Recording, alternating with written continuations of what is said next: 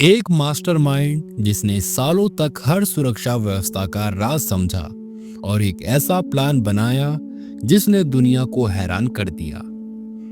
ये कोई आम चोरी नहीं थी, ये थी इतिहास की सबसे शातिर हीरा चोरी। क्या आप तैयार हैं इस रहस्य को जानने के लिए? तो चलिए जानते हैं इस रहस्य के बारे में। एडवर्ब बेल्जियम का एक प्रमुख शहर है जिसे दुनिया का हीरा केंद्र यानी कि डायमंड कैपिटल भी कहा जाता है। यहाँ स्थित एडवर्ब डायमंड सेंटर दुनिया के सबसे सुरक्षित और हाई टेक सिक्योरिटी वाले हीरा भंडारों में से एक माना जाता है। लेकिन फरवरी 2003 में दुनिया की सबसे चौंकाने वाली हीरा चोरी को अंजाम दिया गया, जिसमें $100 मिलियन यानी कि लगभग 750 करोड़ रुपए से अधिक के हीरे, सोने और गहनों की चोरी हुई थी। इस डकैती को इटली के एक अनुभवी अपराधी लियोनार्डो नोतारबर्तोलू ने अंजाम दिया, जो कि हीरे की चोरी करने में माहिर था और खुद को एक व्यापारी के रूप में पेश करता था। लियोनार्डो नोतारबर्तोलू ने चोरी से लगभग 3 साल पहले ही एडवर्ड डायमंड सेंटर में अपना एक दफ्तर किराए पर लिया था। वो खुद को एक वैध हीरा व्यापारी दिखाता था, लेकिन उसे वहां की सुरक्षा व्यवस्था को करीब से समझने का मौका मिला। उसने अपनी एक टीम बनाई जिसमें 5 विशेषज्ञ अपराधी शामिल थे। इसमें से हर एक किसी का अलग अलग कौशल था। जैसे कि लियोनार्डो नोतारबेलू इस केस का मास्टरमाइंड था। इटली का एक पेशेवर चोर था जिसने कई सालों तक हीरे चुराने का काम किया था। उसने अपने 4 साथियों को इकट्ठा किया जो सिक्योरिटी सिस्टम को हैक करने में माहिर थे। द जीनियस इलेक्ट्रॉनिक एक्सपर्ट इसका असली नाम कभी सामने नहीं आया, लेकिन ये एक सिक्योरिटी और इलेक्ट्रॉनिक सिस्टम को हैक करने का मास्टर था। इसने डायमंड सेंटर के मूवमेंट सेंटर, अलार्म सिस्टम और सीसीटीवी कैमरे को निष्क्रिय करने की अहम भूमिका निभाई थी। कहा जाता है कि इसने एक खास हीट प्रूफ स्प्रे बनाया था जिससे सेंसर को चकमा दिया जा सकता था। द मॉन्स्टर, ताकतवर ताले को तोड़ने वाला। यह शख्स शारीरिक रूप से बेहद मजबूत था और इसका काम वॉल्ट के अंदर घुसने के लिए भारी दरवाजों और स्टील की अलमारियों को तोड़ना था। इसने 123 लॉकरों को तोड़ने में मदद की, जिसमें लाखों डॉलर के हीरे और सोना और अन्य कीमती चीजें चोरी हो सके। इसका नाम मॉन्स्टर इसलिए पड़ा क्योंकि ये 6 फीट से अधिक लंबा था और भारी भरकम शरीर वाला था।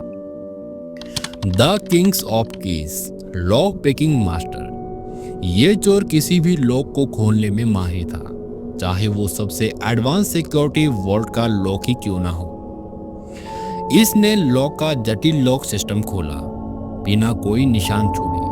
पुलिस के मुताबिक इसने पहले ही नकली चाबियां बना ली थी ताकि दरवाजे को बिना कोई नुकसान पहुंचाए खोला जा सके।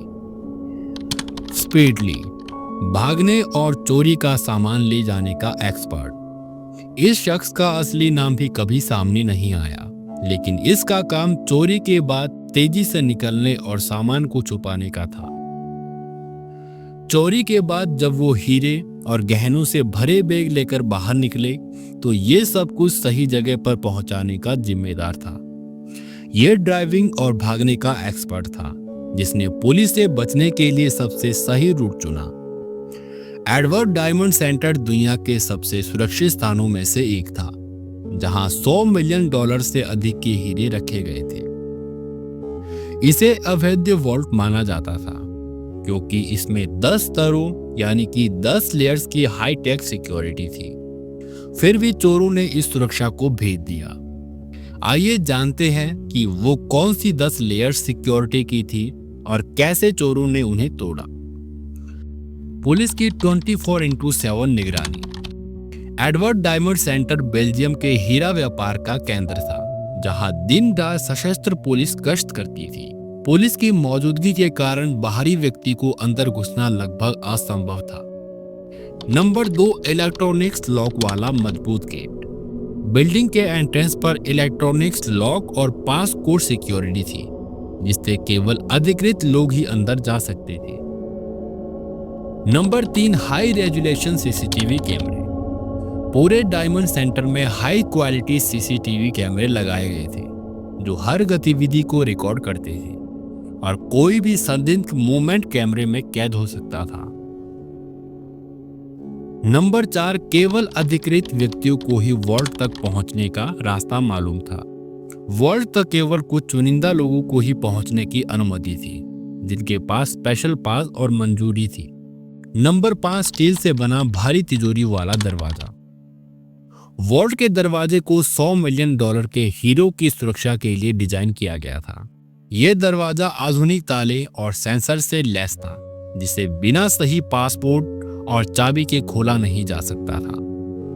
नंबर 6, हीट और मोशन सेंसर। वॉल्ट के अंदर किसी भी गर्म शरीर की मौजूदगी को पकड़ने के लिए हीट सेंसर लगे थे और कोई हलचल होने पर अलार्म तुरंत बज जाता था। Number 7, magnetic field detector. अगर कोई धातु या इलेक्ट्रॉनिक डिवाइस बिना किसी अनुमति के अंदर लाई जाती तो अलार्म बज जाता था।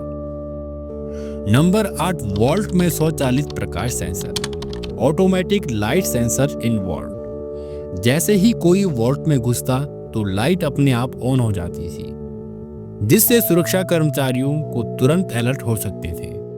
नंबर 9, 100 से अधिक लॉकरों में अलग अलग लॉक। वॉल्ट के अंदर 123 अलग अलग लॉकर्स थे, जिसमें से प्रत्येक में एक अनोखा ताला लगा हुआ था।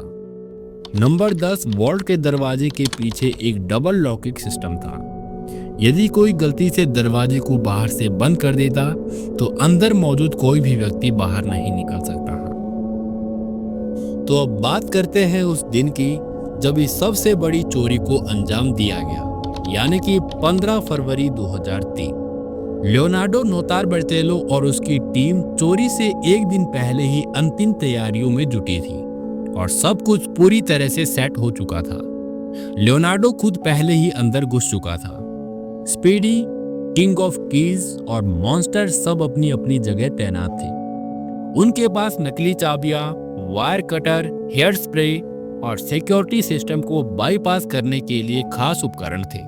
तो सुरक्षा गार्ड्स को चकमा देकर चोर अंदर घुस चुके थे, लेकिन ये सिर्फ शुरुआत थी। सबसे पहले स्पीडी ने इंफ्रारेड सेंसर्स और हेयर स्प्रे को छिड़क दिया, तो इससे सेंसर्स ब्लॉक हो गए और कोई अलार्म नहीं बजा। स्पीडी ने कैमरों को जाम कर दिया, जिससे कोई फुटेज रिकॉर्ड नहीं हुई। किंग ऑफ कीज पहले से तैयार नकली चाबी लेकर आया था और मैन ऑफ ऑल ने वायर कटर से मुख्य अलार्म सिस्टम को काट दिया था। सबसे मुश्किल हिस्सा था 10 फुट मोटी स्टील की तिजोरी को खोलना, लेकिन किंग ऑफ कीज ने इस मुश्किल को चंद मिनटों में हल कर दिया। लॉक खोला गया, लेकिन दरवाजा पूरा नहीं खुला। स्पीडी ने टेप और स्पंज का इस्तेमाल कर अलार्म बाईपास किया। अंदर घुसते ही चोरों ने सबसे महंगे हीरो को पहचाना और बैग में भर दिया। चोरों ने 123 लॉकर्स में से 109 को खोला। उन्होंने सिर्फ वही हीरे लिए जो बिना मार्किंग वाले और आसानी से बेचे जा सकते थे। उन्होंने बाकी लॉकरों को ऐसे ही खुला छोड़ दिया ताकि लगे कि ये काम जल्दबाजी में हुआ है। उन्होंने सबूत नष्ट कर दिए और अपनी उंगलियों के निशान मिटाए और चुपचाप वहां से चले गए। सुबह जब सिक्योरिटी गार्ड्स आए तो वॉल्ट बंद था, किसी को शक भी नहीं हुआ। लेकिन जैसे ही पहला लॉकर खोला गया, वो खाली था। सिक्योरिटी अलार्म नहीं बजा, कोई फिंगरप्रिंट्स नहीं थे और कैमरे सारे बंद थे। ये चोरी पूरी तरह से परफेक्ट लग रही थी, लेकिन एक गलती ने लियोनार्डो को पकड़ा दिया। चोरी के बाद चोर उसी रास्ते से बाहर निकले और अपनी सभी चोरी की हुई चीजों को एक कार में रखकर फरार हो गए। हालांकि यह चोरी लगभग परफेक्ट थी, लेकिन एक छोटी सी गलती ने पूरे प्लान को बेनकाब कर दिया। चोरी के बाद लियोनार्डो नोतारबर्टेलो की टीम ने चोरी के सामान को छिपाने के लिए कुछ सबूतों को पास के जंगल में फेंक दिया, लेकिन उसमें से कुछ रसीदें और डीएनए के सबूत बच गए, जो पुलिस को लियोनार्डो तक पहुंचाने में मददगार साबित हुई। पुलिस ने उसे गिरफ्तार कर लिया और पूछताछ के दौरान उसने कबूल किया कि उसने इस चोरी की प्लानिंग की थी। तो 2005 में लियोनार्डो नोतारबर्तेलो को 10 साल की जेल की सजा सुनाई गई। उसके कुछ साथी भी पकड़े गए, लेकिन चोरी की गई अधिकांश हीरे और गहने कभी बरामद नहीं हुए। एडवर्ड डायमंड सेंटर की ये चोरी अब तक की सबसे चतुराई और पेशेवर तरीके से की गई चोरी मानी जाती है। हालांकि मुख्य अपराधी पकड़ा गया, लेकिन चोरी किया गया सामान गायब रहा, जिससे ये चोरी आज भी रहस्यमय बनी हुई है। ये केस दिखाता है कि चोरी को अंजाम देना आसान हो सकता है, लेकिन पूरी तरह बच निकलना असंभव नहीं है। तो ये थी एडवर्ड डायमंड सेंटर की सबसे शातिर चोरी। 10 लेयर सिक्योरिटी को मात देने वाला मास्टर प्लान, अरबों के हीरो का गायब हो जाना और एक ऐसा अपराध जिसके पीछे कई राज अब भी दफन है। लियोनार्डो नोतारबर्तेलो पकड़ा गया, लेकिन असली सवाल ये है कि क्या उसने इस चोरी को अकेले ही अंजाम दिया था या फिर उसके पीछे कोई और भी था। आज भी वो करोड़ों के हीरे कहीं ना कहीं छुपे हुए हैं, लेकिन कहाँ?